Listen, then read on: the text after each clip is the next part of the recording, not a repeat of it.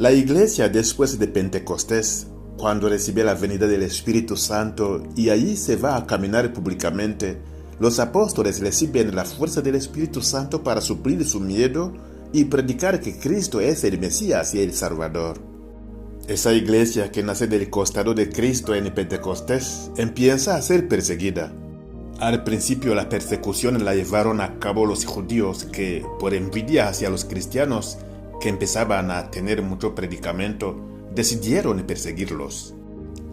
Después la llevaron a cabo y de forma atroz distintos emperadores romanos, porque los cristianos se negaron a ofrecer incienso al César, puesto que decían: nosotros solo podemos hinchar nuestra rodilla ante Dios, nuestro Señor, Dios divino, puesto que eso sería idolatría.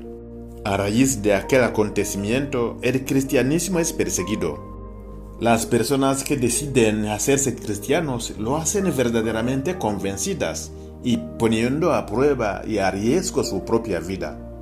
Ellos sabían que por ser cristianos podían ser perseguidos y echados a los leones.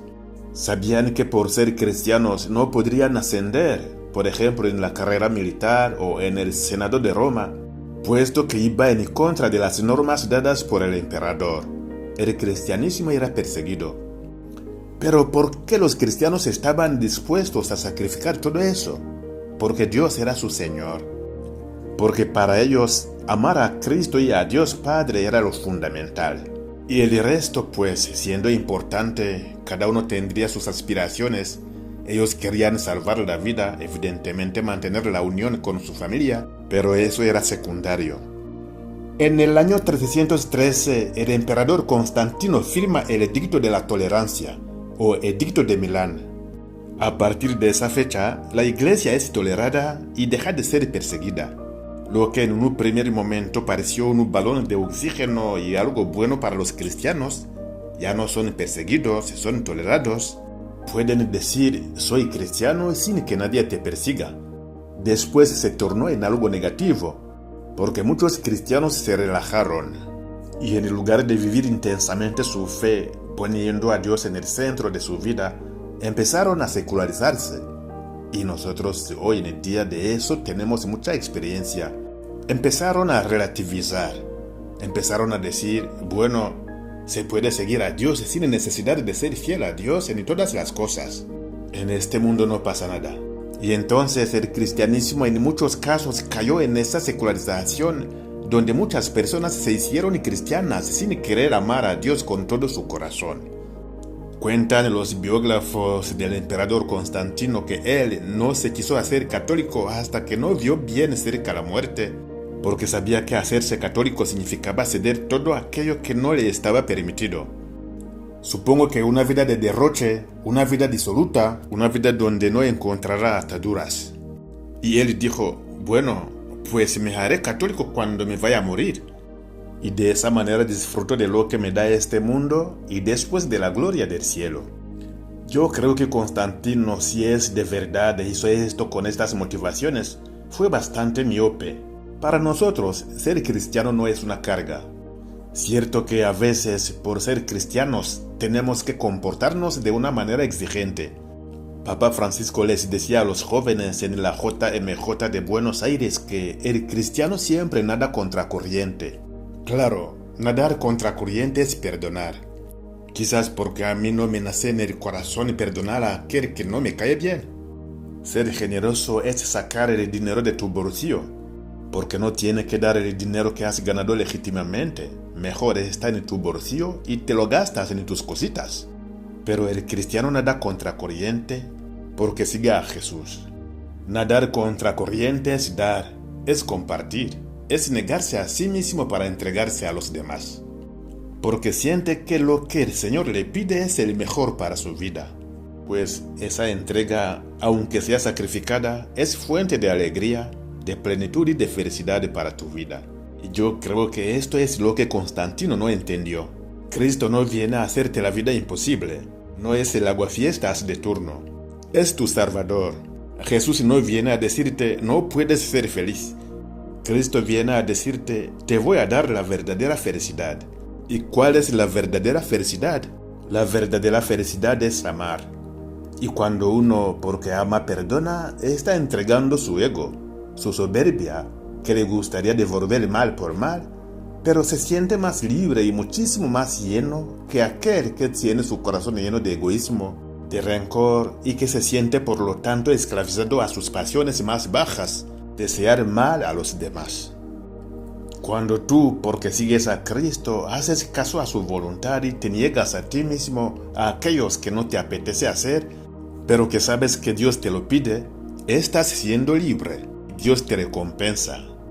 Eso quiso Constantino, convertirse al final de su vida para poder disfrutar de todo lo que el mundo le ofrecía. Fue sin lugar a dudas una necedad, porque Cristo no te ofrece la esclavitud, te ofrece la salvación. Esa salvación la disfrutas ya aquí, en la tierra. Dice una oración que algunos atribuyen a San Francisco de Asís. Dice esa oración, es dando como se recibe, es perdonando como uno se siente perdonado. Y es que es así, y lo hemos experimentado. Y cuando perdonamos, nos sentimos mejor que cuando guardamos rencor. Que cuando somos generosos, nos sentimos más llenos que cuando nos hemos guardado nuestro dinero solo para nosotros. Supongo que muchos de vosotros habréis tenido la experiencia de hacer voluntariado. Cuando uno hace voluntariado, va a ayudar a los demás y dice, caray, levantarme un domingo temprano con lo bien que se está en la cama por ayudar a una persona que te necesita. Pero cuando vuelve, no vuelve con la sensación de haberse vaciado. Puede que con la sensación de que está más lleno. Vuelve con la sensación de que esos ancianos a los que ha visitado, de que esos pobres a los que ha ayudado, le han dado mucho más de lo que él ha dado. Dios envía a su Hijo al mundo para que Cristo nos redima y nos enseñe el camino de la salvación, es decir, el camino de la felicidad. Y por lo tanto, tenemos que tener bien claro que nuestra fe nos promete la salvación eterna, pero ya disfrutamos de esa salvación anticipadamente aquí en la tierra. Estás con dificultades. A veces no sabes dónde ir, cómo seguir. Tienes problemas. Pídele al Señor que te ilumine. Nosotros nadamos contra corriente, pero sabemos que el Señor nunca nos ha abandonado. Y que su gracia, su fuerza y su amor son los que llenan nuestro corazón y nuestra vida de sentido. Tenemos puesta nuestra esperanza en Él, que murió por nosotros en la cruz.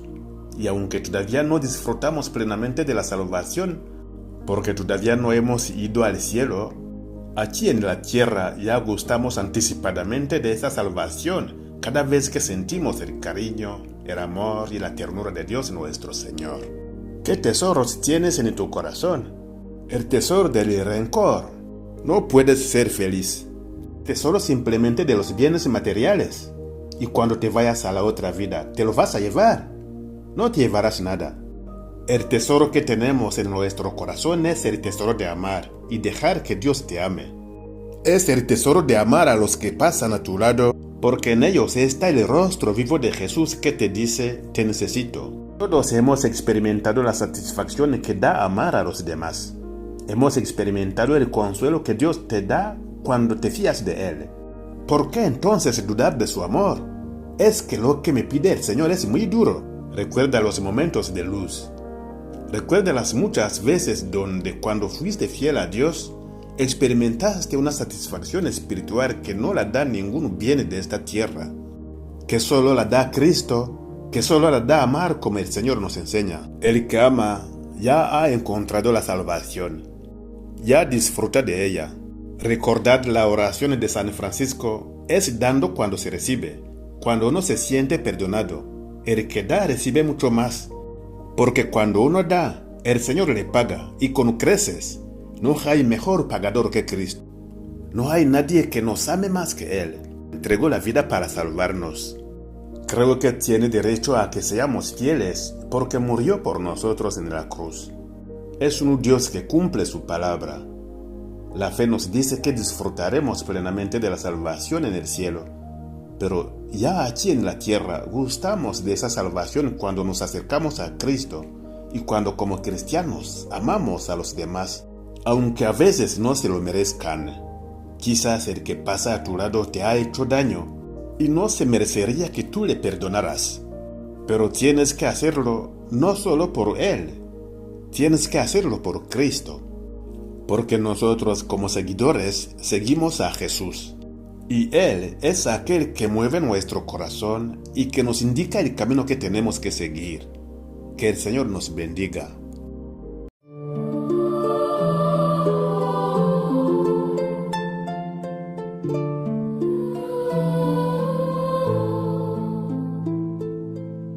¿Quién pondré de administrador? Uno fiel, lleno de prudencia, que organice a mi servidumbre y administre con diligencia.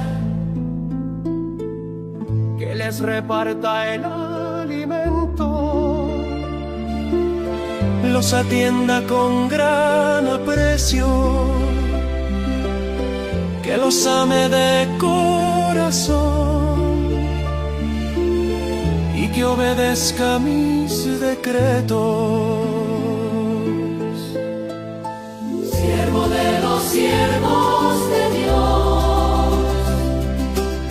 De los hijos de Dios amados, los respete y los sirva siempre,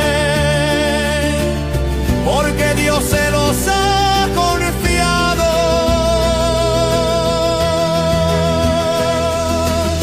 oh dichoso el criado aquel, si al llegar su Señor lo encuentra al servicio de sus hermanos, digno de aquel que representa.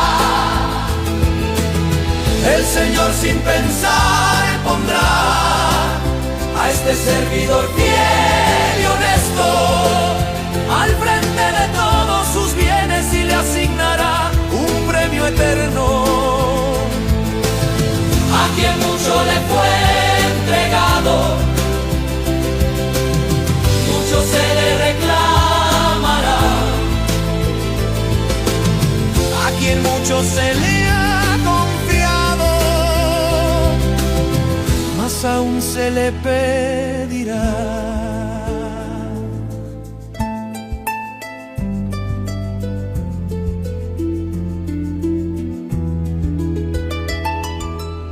Transmite el mensaje de Dios, siempre enseña con la verdad,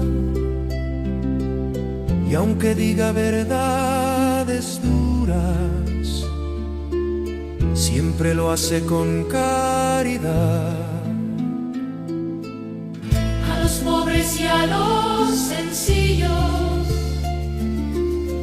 les dedica especial afecto. Débiles y necesitados, él jamás siente un desprecio. A su puerta toca confiado,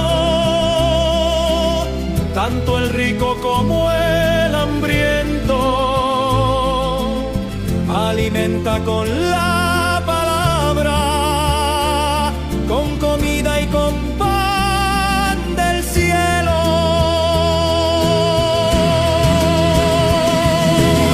Oh dichoso el criado aquel, si al llegar su Señor lo encuentra al servicio de sus hermanos, digno de aquel que representa. El Señor sin pensar pondrá a este servidor fiel y honesto al frente de todos sus bienes y le asignará un premio eterno. A quien mucho le fue entregado, mucho se le reclamará. A quien mucho se le ha confiado, más aún se le pide.